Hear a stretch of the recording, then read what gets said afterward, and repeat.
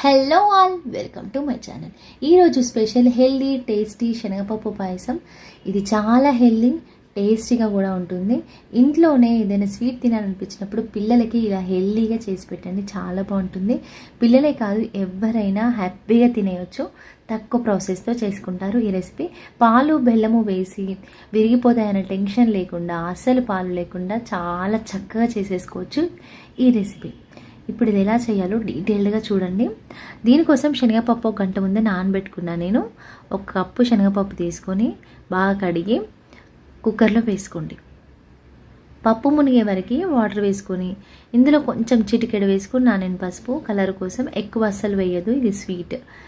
ఇలా వేసి 1 spoon oil వేసుకున్నాను నేను. మీకు నచ్చితే నెయ్యి అయినా వేసుకోవచ్చు. వేసుకొని మూత పెట్టి ఒక 2-3 విజిల్స్ వస్తే సరిపోతుంది. ఎక్కువసేపు నానింది కాబట్టి తొందరగా ఉడికిపోతాయి పప్పు. ఇప్పుడు నేను ఈ కప్పులో 2 స్పూన్ల బియ్యం పిండి తీసుకున్నాను. 1/2 స్పూన్ సోంపు, 1 చిటికెడు ఇలాచి పౌడర్ వేసుకున్నాను. ఇలాచి పౌడర్ స్కిప్ చేయొచ్చు నచ్చని వాళ్ళు. ఓన్లీ ఇలాచి పౌడర్తో చేసుకోవచ్చు, లేదా ఓన్లీ సోంపు వేసుకొనైనా చేసుకోవచ్చు. ఎలా చేసుకున్నా చాలా బాగుంటుంది. ఇప్పుడు ఇందులో వాటర్ వేసుకొని ఈ విధంగా కలుపుకొని పక్కన పెట్టాలి, ఉండలు లేకుండా.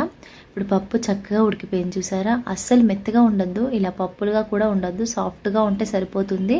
పప్పు అస్సలు చిదుముకోవద్దని గుర్తుంచుకోండి. ఇప్పుడు నేను వేరొక గిన్నెలో తీసుకున్నాను పప్పును.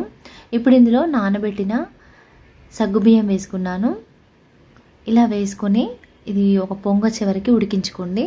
ఇలా ఉడుకుతున్నప్పుడు మనం ముందుగా కలిపెట్టుకున్నాం కదా పిండి, అది ఇందులో వేసుకోవాలి. వేసుకొని ఇదంతా చిక్కబడే వరకు ఉడికించుతూ ఉండాలి కలుపుతూ. పప్పు అస్సలు చిదుముకోవద్దు, ఇది పప్పులుగానే ఉండాలి. ఇలా మరుగుతున్నప్పుడు ఇందులో మనము 1 కప్పు పప్పుకి 3/4 ముప్పావు కప్పు బెల్లాన్ని తీసుకున్నాను నేను. మీ స్వీట్నెస్కి తగ్గట్టుగా అడ్జస్ట్ చేసి వేసుకోండి బెల్లం. ఇక్కడ ఇది వేసి ఒకసారి ఇలా కలిపి బెల్లమంతా కరిగి పాకంలా ఫామ్ అయ్యి చిక్కగా పడే వరకు ఉడికించుకోవాలి ఈ పప్పుని. ఇలా మంట లోటు మీడియం ఫ్లేమ్లో పెట్టుకొని ఉడికించుకోవాలి. ఈ పైన వచ్చే నురగని తీసేసినా కూడా టేస్ట్ అంతగా చేంజ్ అవ్వదు, కానీ పాయసం అనేది క్లియర్గా చాలా బాగా కనిపిస్తుంది. మీకు నచ్చకుండే దాన్ని తీసేసుకోవచ్చు, అది పూర్తిగా ఆప్షనల్. ఇలా పాకంలో ఫామ్ అయ్యి చిక్కబడే వరకు కలుపుతూ ఉడికించుకోవాలి ఈ పాయసాన్ని. చూసారా, ఈ విధంగా ఉండాలి. ఇది చల్లగైన కొద్దీ ఇంకా గట్టిగా అవుతుంది. ఇలా కలర్ఫుల్గా ఉంది కదా, ఇలా వచ్చి మంట లో ఫ్లేమ్లో పెట్టుకునే ఉడికించుకోవాలి. అప్పుడే పప్పు కూడా చక్కగా బెల్లంతో కలిసి ఉడికే టేస్ట్ చాలా బాగుంటుంది. స్వీట్నెస్ కూడా చాలా బాగుంటుంది పప్పుకి. ఇలా ఉడుకుతుంది కదా, ఇలా సన్న మంట మీదనే ఉడికించుకోవాలి. ఇప్పుడు ఇందులో వేసుకోవడానికి మీరు డ్రై ఫ్రూట్స్ ఫ్రై చేసుకోవాలి. మీకు నచ్చని వాళ్ళు స్కిప్ చేసుకోవచ్చు ఇక్కడ డ్రై ఫ్రూట్స్, కానీ వేసుకుంటే టేస్ట్ చాలా బాగుంటుంది. దీనికోసం 1 కప్పులో నేను 1 స్పూన్ నెయ్యి తీసుకున్నాను. మీకు నచ్చిన డ్రై ఫ్రూట్స్ వేసుకోండి. నేను ఇక్కడ కాజు కిస్మిస్ వేసుకున్నాను. ఇలా ఫ్రై అయిన తర్వాత స్టవ్ ఆఫ్ చేసి ఒక 2 స్పూన్ల కొబ్బరి పొడి వేసుకోవాలి. మీరు చిన్న చిన్న కొబ్బరి ముక్కలైనా వేసుకోవచ్చు. ఇలా స్టవ్ ఆఫ్ చేసి మాత్రమే వేసుకోండి, లేదంటే మాడిపోతుంది. ఈ విధంగా ఫ్రై అయిన తర్వాత మనం ముందుగా రెడీ చేసి పెట్టిన ఈ పాయసంలో వేసుకొని ఒకసారి కలిపి ఒక ఉడుకు వచ్చే వరకు ఉడికించుకోవాలి.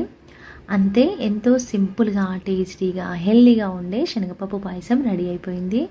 ఈ విధంగా ఒక్కసారి ట్రై చేయండి, పిల్లలకి చాలా హెల్దీ. మీకు ఈ రెసిపీ నచ్చితే తప్పకుండా ట్రై చేయండి. మీకు ఎలా వచ్చిందో నాకు కామెంట్ సెక్షన్లో చెప్పండి.